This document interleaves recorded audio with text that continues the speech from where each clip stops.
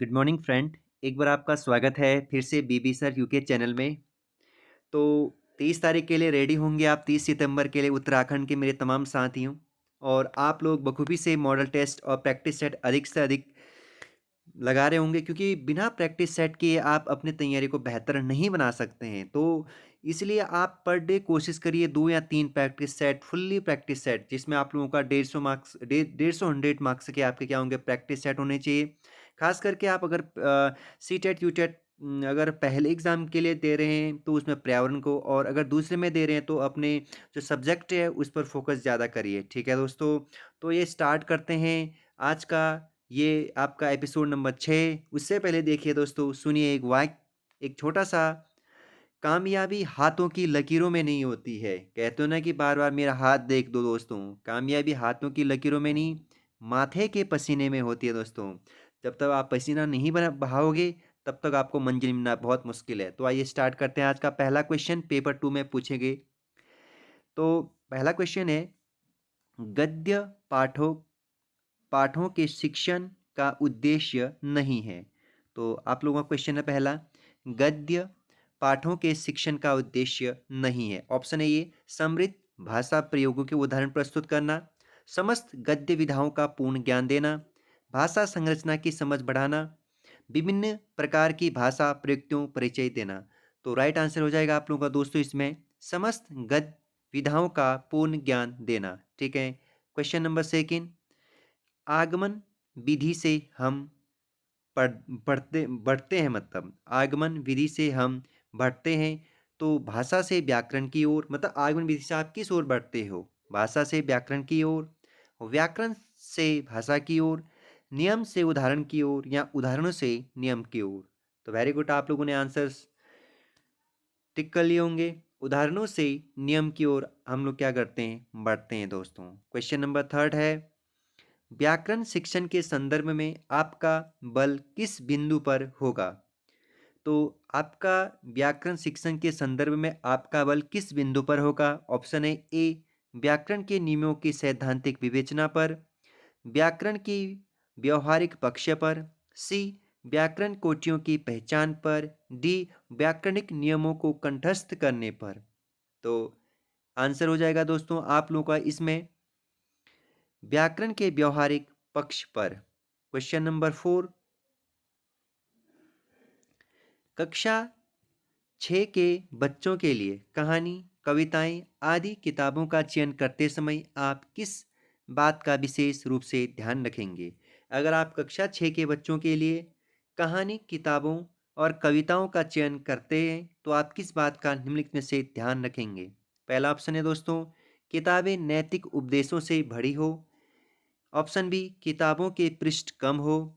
Option C, किताबों बच्चों की मनोवैज्ञानिक और ज़रूरतों के अनुरूप हो। किताबों में रंगीन चित्र अवश्य हो। तो आपका राइट आंसर हो जाएगा दोस्तों चौथा वहाँ का, किताबों बच्चों की मनोवैज्ञानिक हो, ठीक है, और ज़रूरतों के अनुरूप हो। राइट आंसर सी हो जाएगा।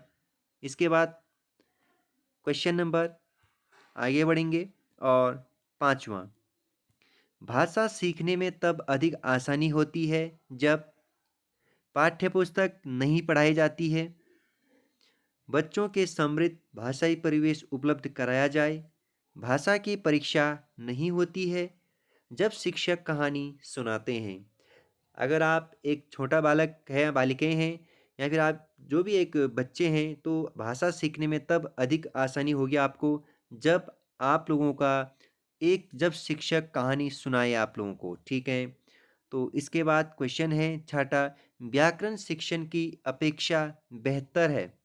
तो बताइए क्वेश्चन, व्याकरण शिक्षण की अपेक्षाकृत बेहतर विधि है आगमन विधि, निगमन विधि, सूत्र विधि, या पुस्तक विधि?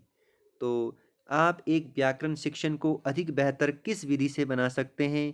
तो आंसर हो जाएगा आपका आगमन विधि, मतलब सीखने की विधि से। सातवां क्वेश्चन हो जाएगा दोस्तों आज का, उच्च प्राथमिक स्तर पर व्याकरण शिक्षण का कौन सा तरीका सर्वाधिक प्रभावी है?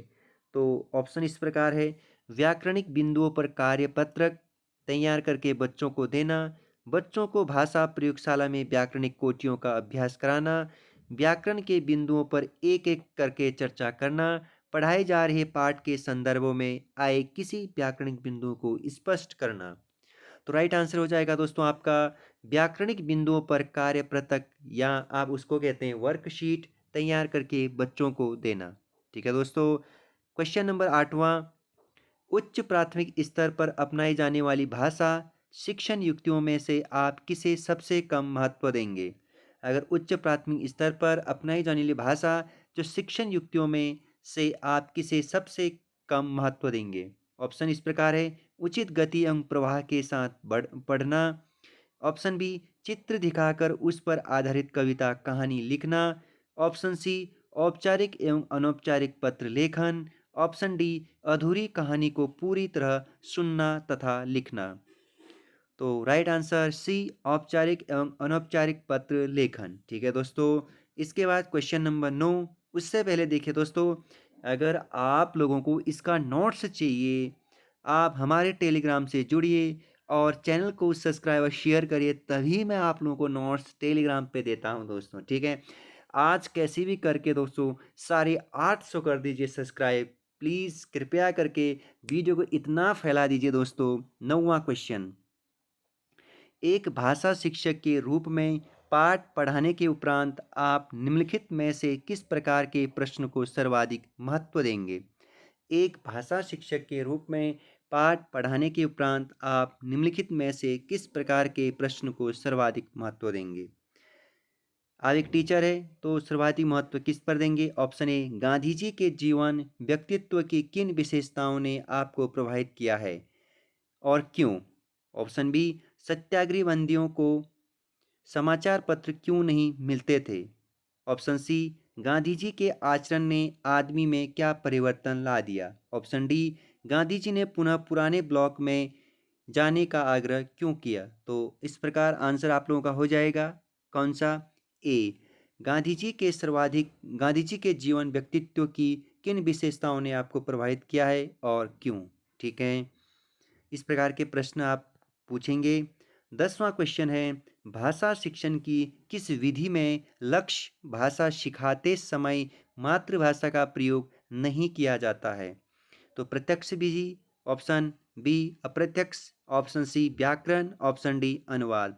भाषा शिक्षण की किस विधा में लक्ष्य भाषा सिखाते समय मातृभाषा का प्रयोग नहीं, मतलब आप बच्चों को भाषा सिखा रहे हैं, मातृभाषा का प्रयोग नहीं किया जाता है, कब? तो आप लोगों का राइट आंसर प्रत्यक्ष विधि के दौरान। इसके बाद 11वां क्वेश्चन है दोस्तों आप लोगों का, बच्चों की समृद्ध भाषिक परिवेश उपलब्ध कराने में कौन सहजता से योगदान दे सकता है या दे सकती है? तो यहाँ पर मैं आगे नहीं बढ़ूंगा, तो आंसर सीधे बता देता हूँ, स्वयं शिक्षक का भाषा प्रयोग। ठीक है, इसके बाद क्वेश्चन नंबर 12 होगा दोस्तों, व्याकरण के पक्षों और शब्दों की बारीकी की समझ का आकलन। व्याकरण के पक्षों और शब्दों की बारीकी की समझ का आकलन ए, परिभाषा के रूप में किया जाना चाहिए। बी, संदर्भ युक्त सामग्री में किया जाना चाहिए। सी, बिल्कुल नहीं किया जाना चाहिए। डी, अधिक अंकों का होना चाहिए।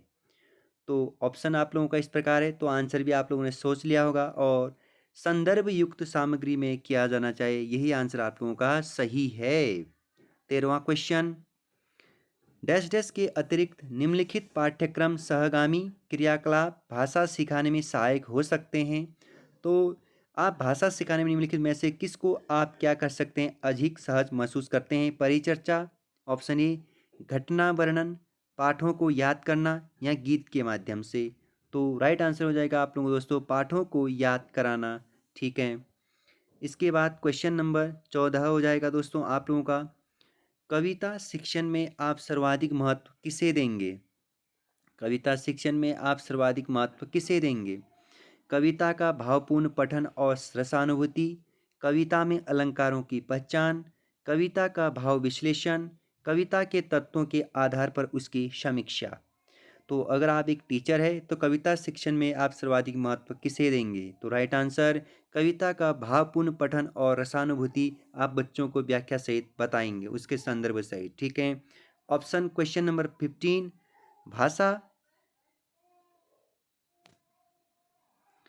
तब सबसे सहज और प्रभावी रूप से सीखी जाती है जब। भाषा तब सबसे सहज और प्रभावी रूप से सीखी जाती है दोस्तों जब भाषा प्रयोगों की दक्षता प्रमुख उद्देश्य हो। ऑप्शन बी, भाषा की पाठ्यपुस्तक में अधिक से अधिक पाठों का समावेश हो। सी, भाषा के नियम कंठस्थ कराए जाएं। डी, भाषा शिक्षक कठोर रवैया अपनाते हैं।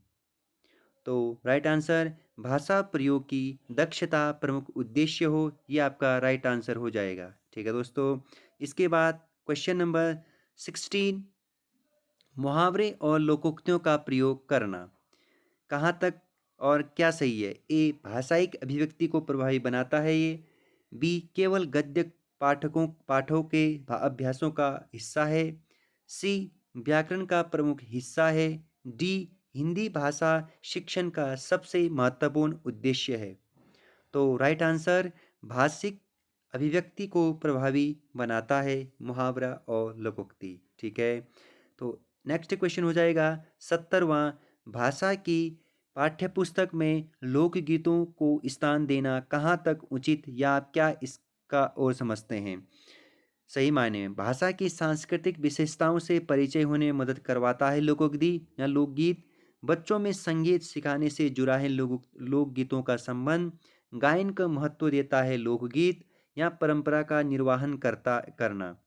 तो बताइए, भाषा की पाठ्यपुस्तक में लोकगीतों का स्थान आप कहाँ पर पाते हैं। तो राइट आंसर, भारत की सांस्कृतिक विशेषताओं से परिचित होने में मदद करता है लोकगीत। आपने सुने भी होंगे, लोकगीत के माध्यम से हमारे जो सांस्कृतिक सभ्यता है उसके बारे में काफ़ी चीज़ें लोकगीत जो हमारे पहाड़ के लोक गायक है वो बनाने की कोशिश करते हैं। हम देश विदेश में जो भी नौजवान हैं, तो हम जब लोकगीत कोई गाता है या कोई सुनाता है तो हमें बहुत प्यारा लगता है। ठीक है दोस्तों, तो 18वां क्वेश्चन, भाषा शिक्षण का निर्माणकारी उपागमन इस बात पर बल देता है कि व्याकरण के नियम जानना ही शुद्ध भाषा प्रयोग का एकमात्र आधार है।